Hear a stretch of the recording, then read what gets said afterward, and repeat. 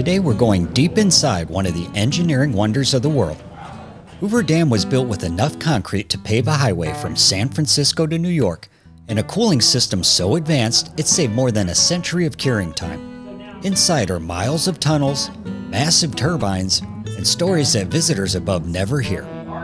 You're about to see why this structure is still making history and still getting updates nearly 100 years later. Let's go.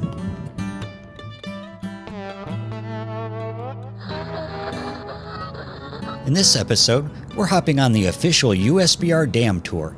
After almost 2 decades in Vegas and requests from our Adventure Club members, we'll finally be walking deep into the dam itself instead of just hanging around outside. We're going to see a massive intake pipe, check out turbines that power the southwest, and look straight down the Colorado River through a ventilation shaft. And stick around at the end because we're going to check out the newly updated Monument Plaza and Visitors Museum.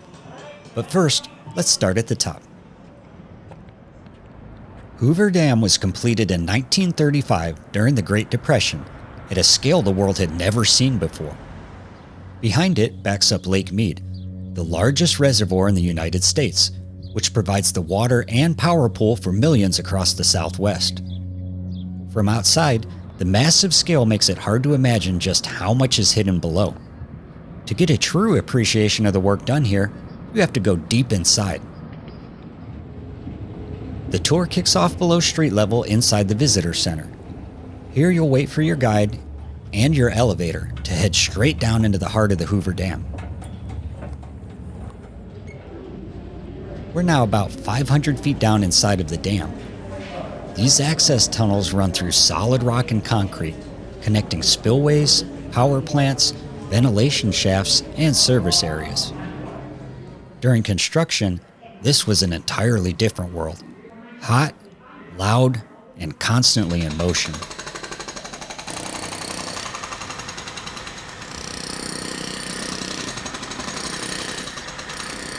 Our first stop is the Penstock header room, where you'll stand directly above one of the main intakes for the power plant. That's a big pipe. Above here, there are 4 intake towers, standing 395 feet in height.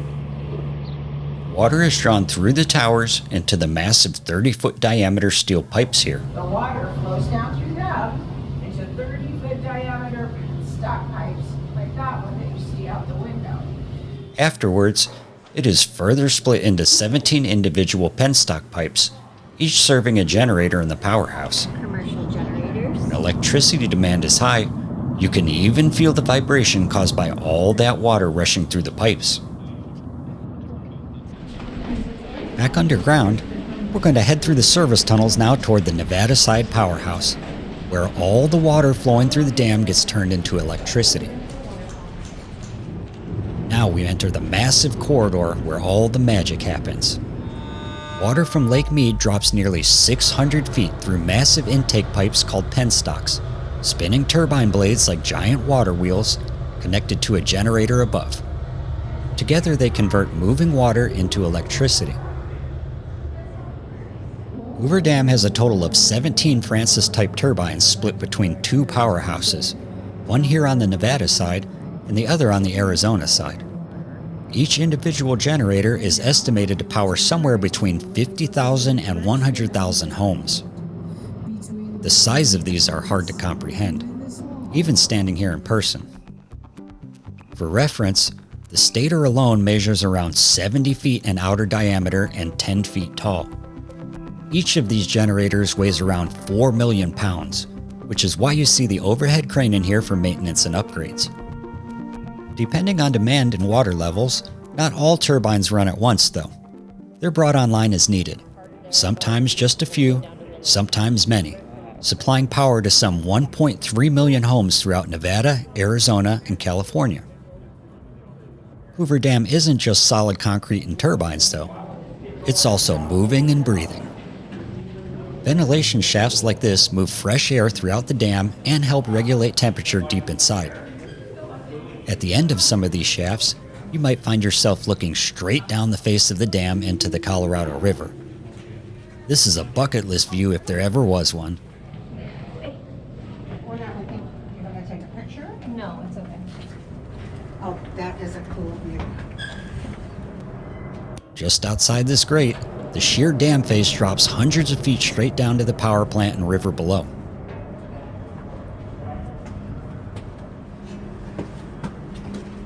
Woo! All right. Picture of us. Thank you so much. I appreciate it. On the opposite side of this tunnel is one of the most fascinating parts of the tour. Here is the aptly named Stairway to Heaven. This stairwell is described as nearly vertical, and our guide noted if it were just 2 degrees steeper, OSHA would have it classified as a ladder. 717 total steps lead from the crest of the dam down to the base, providing a vertical access way for all the horizontal tunnels. Ooh, that is a long way up or down. Look at this, they have something with earthquakes. It's like you have to read the sign on the other side. Our guide also pointed out earthquake meters deep inside the dam meant to track seismic activity. The filling of the lake caused some 600 small earthquakes in the dam's early years, and a UNLV study in 1963 revealed that the dam had subsided about 4.6 inches due to the weight of the water in Lake Mead. It's inside these dark tunnels that tell the real story of labor and how the Hoover Dam was built. During early construction, cypress was used for the wooden forms that shaped the concrete here. The oil-rich wood left behind permanent grain marks in the walls that you can still feel today. That's because the forms that they used to pour the concrete into for the arches was cypress wood that they got from Florida. That wood had a lot of oil in it, and because of that, it transferred the grain of the wood into the concrete itself. Oh, that's cool. Quite a bit of it. They picked the cypress wood because it had all the oil in it, because they thought they could reuse it over and over again, and it was cheap. And they thought they would save them a ton of money by being able to do that. You'll also notice old grease pencil markings everywhere. Workers and engineers use these walls like a chalkboard, marking measurements, calculations, and even tracking significant cracks. The dam wasn't poured all at once, though. It was built using massive interlocking concrete blocks, with the standard size being 50 feet long. In the tunnels here, they marked every 10 feet to track cracking and cooling. Initially it was marked in numbers, but later on they changed to a lettered system. Here's the wild part. If they had poured this dam as one solid block, it would have taken around 125 years to cure naturally. Instead, engineers embedded over 500 miles of cooling pipe inside the concrete itself, circulating cool Colorado River water throughout the blocks to pull heat out safely and steadily. Once the cooling pipes served their purpose, they too were filled with concrete. Even with that system, temperatures down here could get downright brutal during work shifts. It was estimated these tunnels would reach between 125 and 150 degrees Fahrenheit due to the constant heat from curing. It was so hot in these tunnels that workers would often step outside into the blazing desert sun just to cool off. The extreme work conditions, falling rock, dangerous heavy machinery, and carbon monoxide in the unvented diversion tunnels led to numerous fatalities. Officially, 96 workers lost their lives building this dam, and one dog, now its mascot.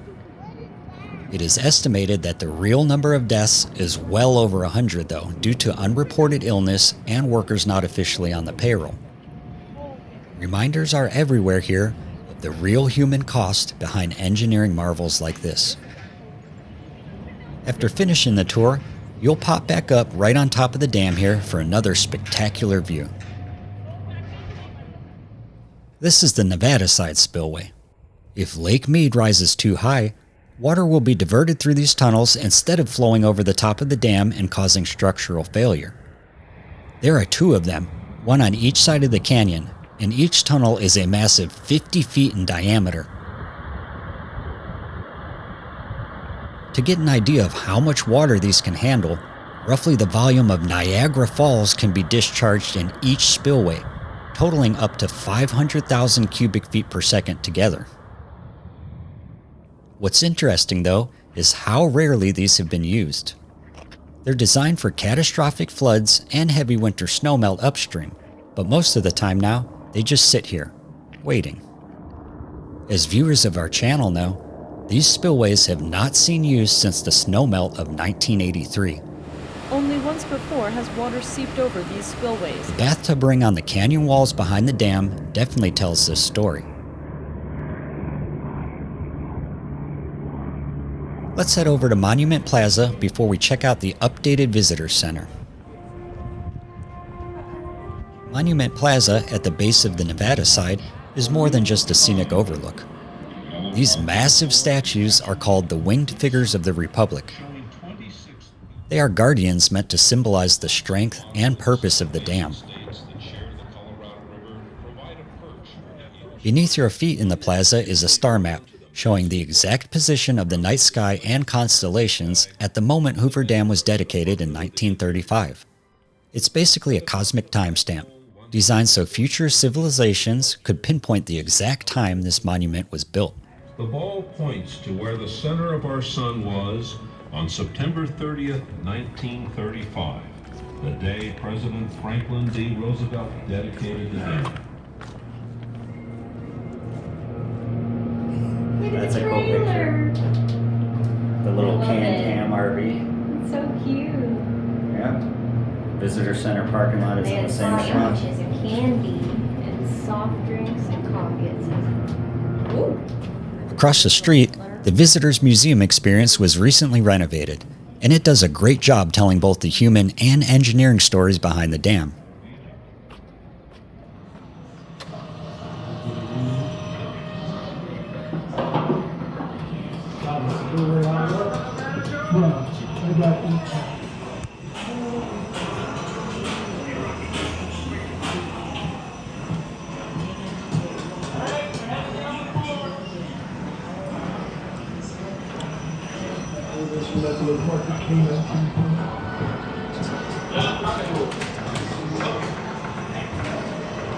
This highline bucket gives you a sense of how all that concrete was moved. It also makes for a really fun photo.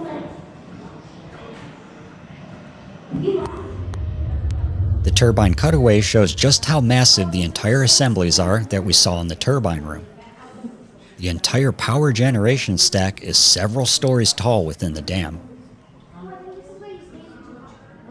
This light-up scale model really pulls everything together too, Spillway. from river diversion to power generation. Intake towers. This was one of my favorite displays. Penstock. And yes, we did try out the entire model. As someone who is already quite familiar with Hoover Dam and Boulder City history, I learned a surprising amount of new and interesting information here. The USBR did a really great job with this update. Nearly 100 years later, Hoover Dam is still doing exactly what it was built to do, controlling a wild river, generating power, and standing tall as one of the boldest engineering projects ever attempted. Walking through it, inside the tunnels and above the turbines, you really feel the scale of what people pulled off here in a time when many had lost hope. Thanks for coming on this adventure with us today. And if you found this video interesting, we suggest going on the full tour yourselves and experiencing it in person. Welcome to the observation deck overlooking the world-famous Hoover Dam. Special recognition goes out to our Adventure Club members, who not only make adventures like this possible, but also motivate us to do them. Until next time, stay hydrated, stay happy out there, and we'll see you soon.